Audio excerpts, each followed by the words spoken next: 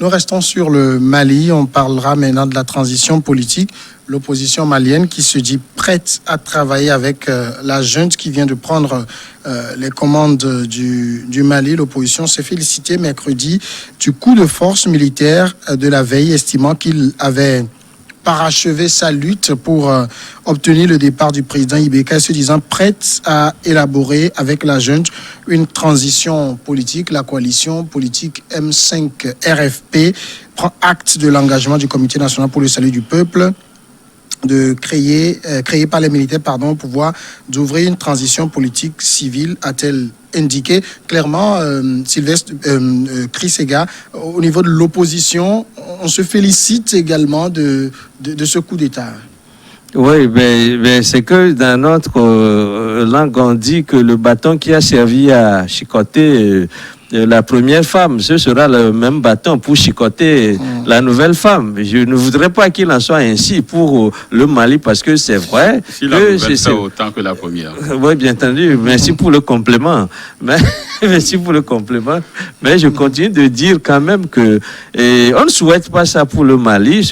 Tout ce qu'on souhaite pour le Mali, c'est que les gens reviennent de l'émotion et que finalement trouvent ce qui peut arranger la nation malienne. Et puis, bon, que l'opposition dise qu'elle soutient la junte, c'est normal. Parce que qu'est-ce que faisait l'opposition? L'opposition était en train de faire les fers contre Ibeka, et puis que quelqu'un lui apporte l'eau au moulin. Je crois que c'est de bonne guerre à partir du moment où les soldats deviennent des alliés objectifs des opposants, parce que ils ont fait finalement, l'armée a fait ce que les civils demandaient. Donc je crois que sur ce point-là, ils se rejoignent. Maintenant, en ce qui concerne la transition, et lorsque l'opposition dit, par exemple, elle est prête à gouverner avec la junte, je ne crois pas que c'est ce que la junte aura adopté comme solution à la crise. Parce qu'il s'agit maintenant de faire travailler tous les Maliens, tous ceux qui sont capables de faire en sorte qu'une solution soit trouvée, une solution définitive, durable, soit trouvée. Mais je ne crois pas que ces gens-là sont à trouver forcément rien que du côté de l'opposition. Et ce qui est, on peut demander aujourd'hui à la junte, parce qu'une fois que le vin est tiré, il faut bien le boire, parce que le coup d'État est déjà effectif. On ne va pas demander aujourd'hui à la junte de ramener Ibeka aux affaires, etc. Je ne crois pas que cela soit fait quelque part. Peut-être que c'est arrivé une fois, peut-être ou deux en Afrique, c'est possible, grâce peut-être à l'intervention des forces étrangères. On a vu ce qui s'était passé, par exemple, en Centrafrique, non, c'est au Gabon, avec les coucadiers français qui avaient amené les militaires pour remettre Léon Mba au pouvoir, etc. Mais je ne crois pas que nous soyons encore à ce temps-là. Mais aujourd'hui, le vin est tiré, je l'ai dit, il faut le boire. Maintenant, il faut qu'on fasse un gouvernement sommet, mais avec des gens capables de redresser, de remettre le Mali sur les voies de la paix, sur les voies de la démocratie. Je crois que c'est ce qui est souhaitable. Mais il ne faut pas que l'opposition fasse la maligne là pour dire que, comme elle était partie pour déposer Ibeka et que finalement l'armée a eu la même opinion qu'elle. Donc, c'est les opposants qui doivent être majoritaires dans l'équipe maintenant qui va être créée pour gérer la transition. Ce qui est recommandable, à mon sens, c'est que la junte trouve des gens capables. Ça peut être des technocrates, ça peut être des gens de la société civile, mais vous savez très bien que dans les pays africains, chaque camp avec sa société civile. Donc il faut doser les choses de telle sorte que tous les Maliens, de quelque bord ils appartiennent, se reconnaissent dans la nouvelle équipe de transition, et ce n'est que ce qui peut ramener la paix au Mali. Mais lorsque la jeune va se mettre à séparer l'eau froide de l'eau chaude, et je crois que ça va être encore une source de frustration.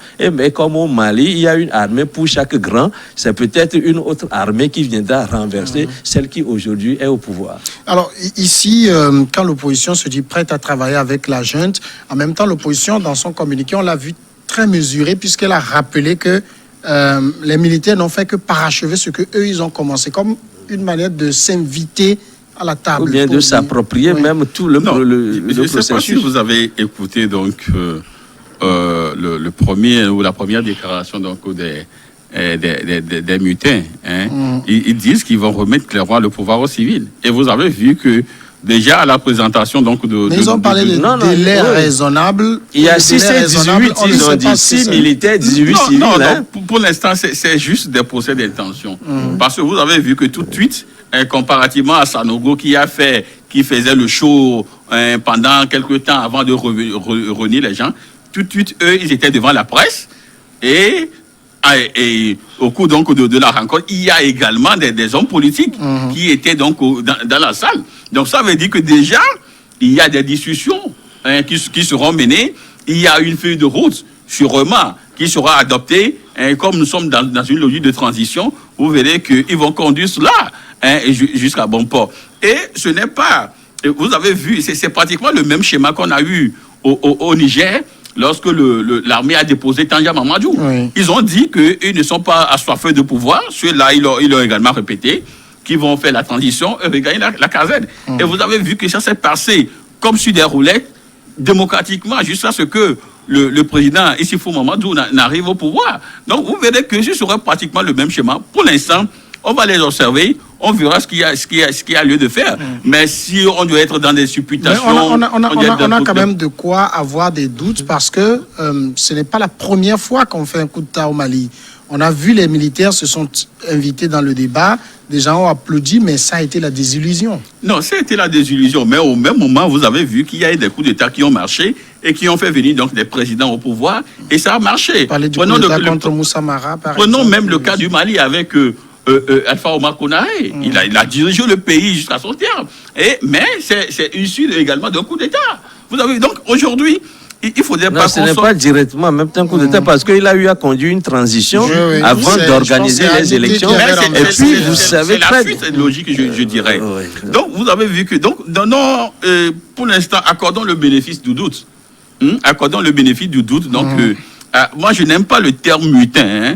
Accordons donc le bénéfice du doute donc à ceux qui ont pu libérer donc le pays. Je vais parler donc des forces de l'ordre. Ils sont mutins parce qu'ils ont dévié de leur objectif.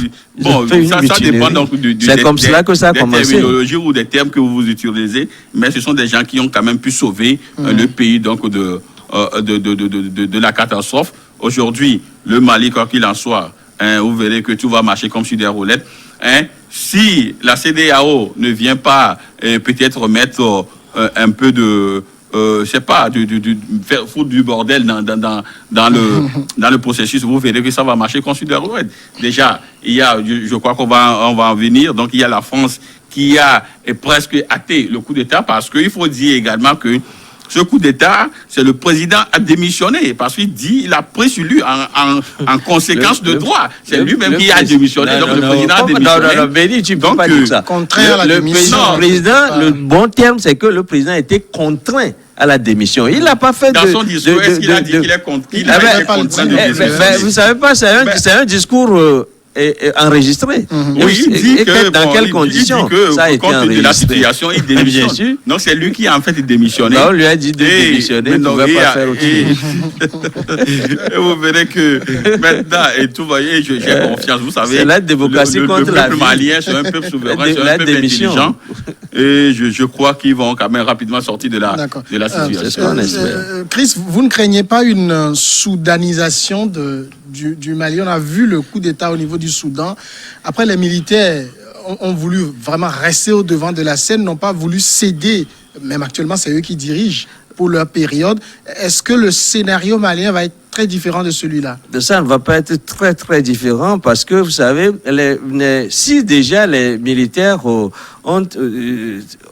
tenaient à intervenir, c'est parce qu'ils trouvaient que ces gens-là qu'ils ont en face d'eux, qui sont les autorités civiles, politiques, ne sont plus crédibles, du moins les autorités qui étaient aux affaires, notamment IBK.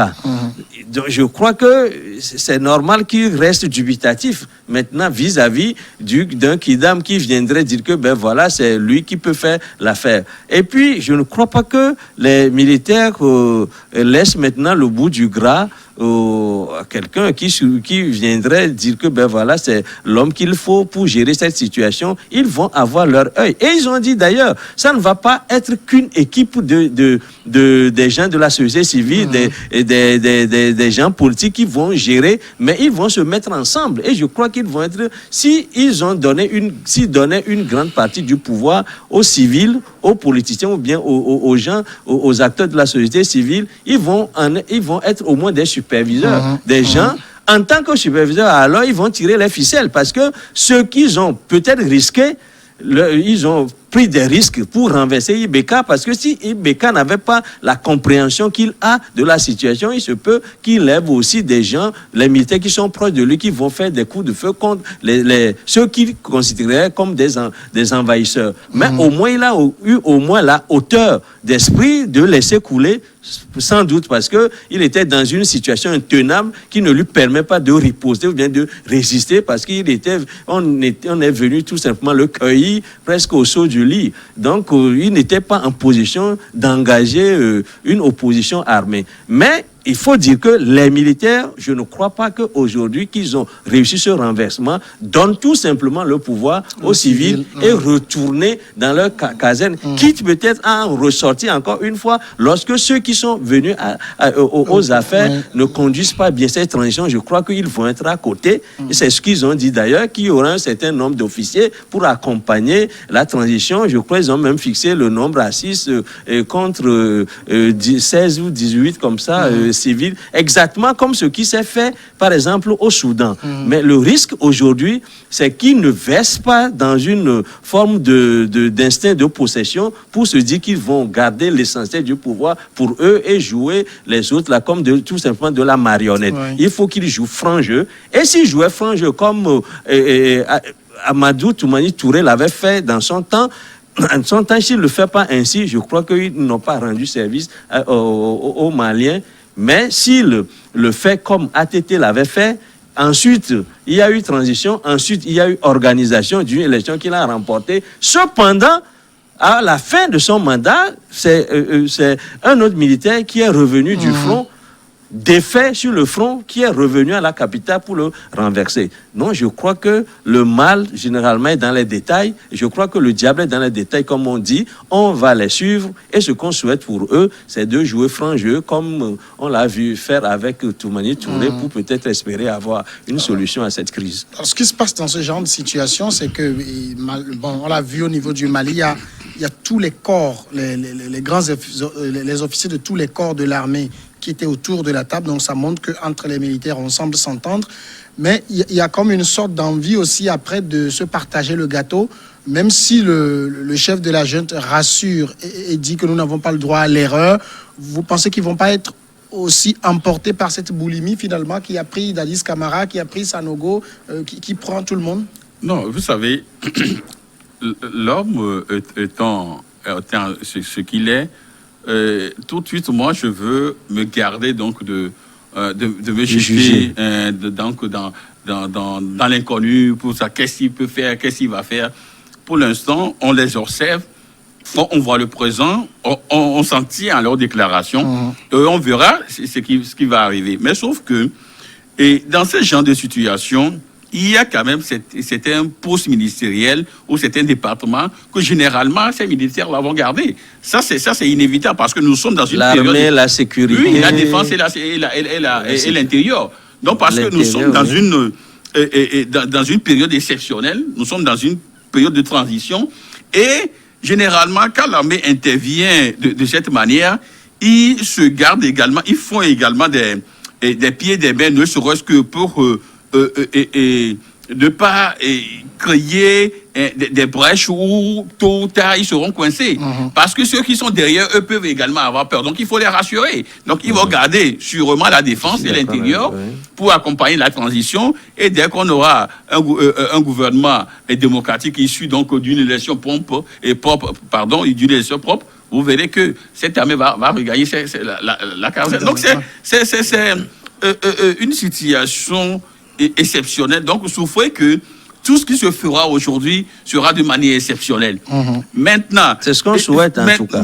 Maintenant, je ne vois pas, parce que l'on dit qu'ils vont remettre le pouvoir. Donc, je ne vois pas, peut-être, à moins que c'est la classe politique de la classe politique dans son ensemble, c'est-à-dire y compris ceux donc du pouvoir et donc de l'opposition, qui décident que ce soit peut-être un militaire qui soit devant, mais ce que n'admet pas peut-être les tests de la CEDEAO. Mais si c'est eux qui le disent, et si c'est de commun accord qui décident que ce soit ce colonel-là et Assimi, c'est ça? Assimi, que ce soit lui qui soit devant, là, ce soit de commun accord, ce serait de la classe politique. Mais s'ils décident que c'est les civils qui puissent prendre donc le pouvoir. Ce que demande la communauté internationale, en tout cas, c'est que le pouvoir soit remis aux civils. Justement, et les mutins, et du moins, et ces forces de l'ordre, parce que vous avez l'habitude de dire mutin, et puis je suis tenté d'être contaminé par vous. Mais je n'ai pas encore dit mutin aujourd'hui, je ne les ai pas encore appelés comme ça. Et les forces de l'ordre ont tendance donc et du moins à être au devant de la scène. Mais ce que je dis, c'est que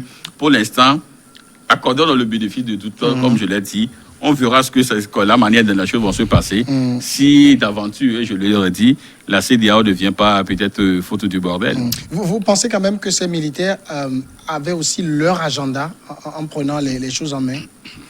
Bon, à partir du moment où ils ont décidé de prendre les choses en main, ils doivent avoir en tout cas un agenda. Un agenda pour le futur. Je veux dire, ce n'est pas des calculs d'intérêt privé, égoïstes, qui, je ne crois pas que ce soit par ce calcul-là qu'il ait décidé de prendre le pouvoir. Je crois que c'est vrai que le Mali traversait une situation difficile. Il faut quand même du courage quand même pour prendre une décision comme celle-là qui doit aboutir au renversement du président. Ils ont été des héros, mais dans quel sens? On ne voudrait pas qu'ils deviennent des héros négatifs, c'est-à-dire chemin faisant qui laisse la proie pour l'homme. C'est ce que, à mon sens, il faut leur souhaiter. Bon, maintenant, les militaires, c'est vrai, comme le dit Béni tout à l'heure, ils ne vont pas tout lâcher. Même quand on leur demande de remettre le pouvoir aux civils, oui, le pouvoir dans l'exercice, dans son exercice,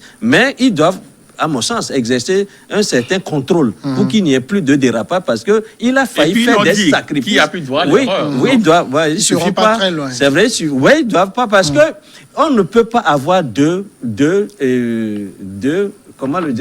patrons, deux capitaines dans un bateau, où l'armée conduit la transition, mais dire que l'armée doit céder le pouvoir aux hommes politiques ou bien aux responsables des sociétés civiles qui généralement sont mal préparés aussi pour conduire une transition de ce genre, que l'armée leur rende tout simplement le pouvoir. Je ne crois pas que cela fasse l'affaire. Il faut que ce soit l'armée qui ont eu l'initiative du renversement, à la fin en tout cas. L'armée et des gens, des volontaires qui ont monté des dispositions à gérer une situation de crise. C'est avec ces gens-là qu'ensemble, il faut conduire cette transition. Mais l'honnêteté que nous leur souhaitons, c'est que la transition aboutisse à une élection équitable, propre, qui serve les intérêts du Mali et qui mette tout le monde, tous les acteurs politiques sur le même pied d'égalité, comme ça, pour enrayer la crise, c'est-à-dire faire passer du pinceau dans ce qui a été fait jusqu'ici et que le Mali puisse repartir d'un bon pied pour faire face aux enjeux qui l'interpellent, que c'est les enjeux de sécurité et les enjeux de développement.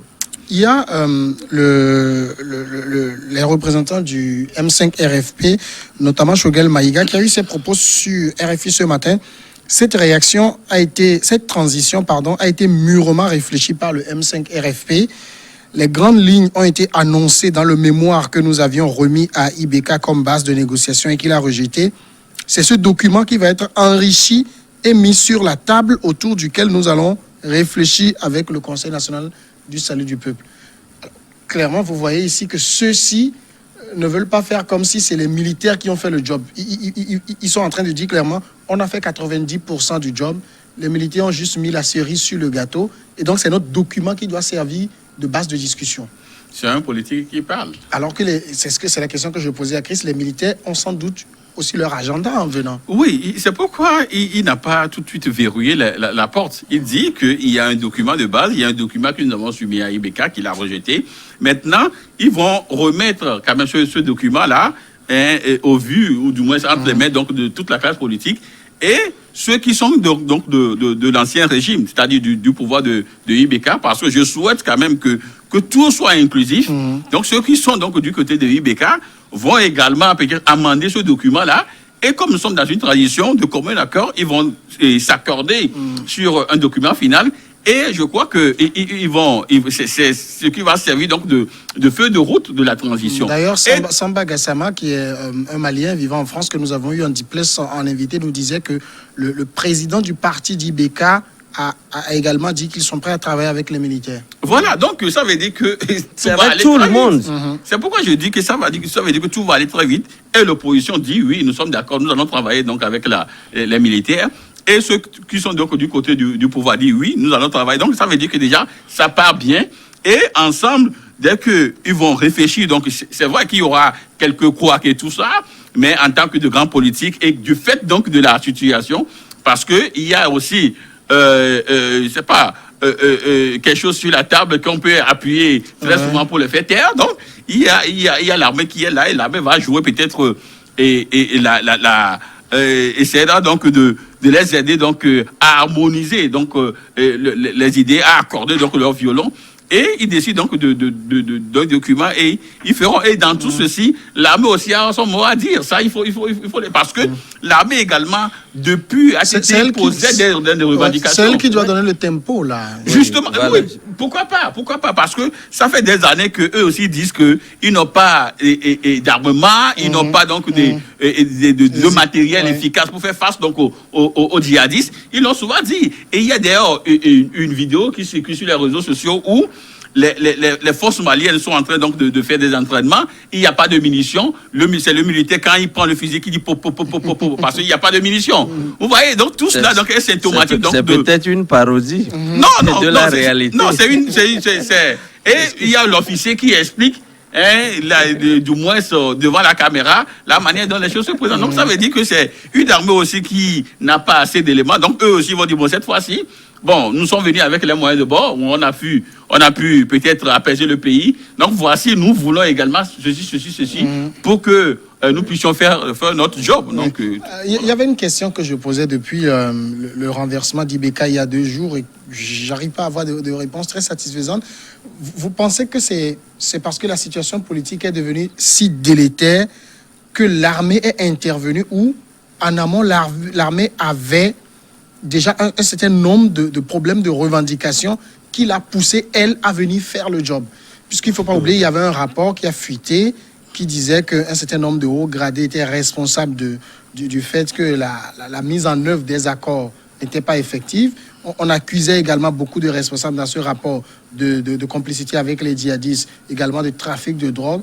Est-ce que ce n'est pas aussi un peu par vengeance qu'ils sont venus intervenir, non parce que le peuple était dans les rues? Absolument, je suis plutôt d'accord avec toi pour cette interprétation. Et c'est une question sensible, en ce sens que, vous savez, on peut dire que le coup d'État était déjà un peu à l'air, mais on attendait seulement un alibi. Et l'alibi est fourni justement parce qu'aujourd'hui, il n'est plus facile à une armée, quelle qu'elle soit, de faire un coup d'État. Oui. Parce que lorsque vous faites un coup d'État pour des raisons fallacieuses, comme quoi, pour des raisons de revendication corporatiste, etc., ça passe généralement plus mal que ce soit un coup d'État fait parce que le peuple revendique tel ou tel que vous agissez au nom du peuple en tant qu'institution neutre. Je crois qu'aujourd'hui, l'armée malienne se pose surtout comme une institution neutre qui intervient pour mettre à équidistance l'opposition et les tenants du pouvoir.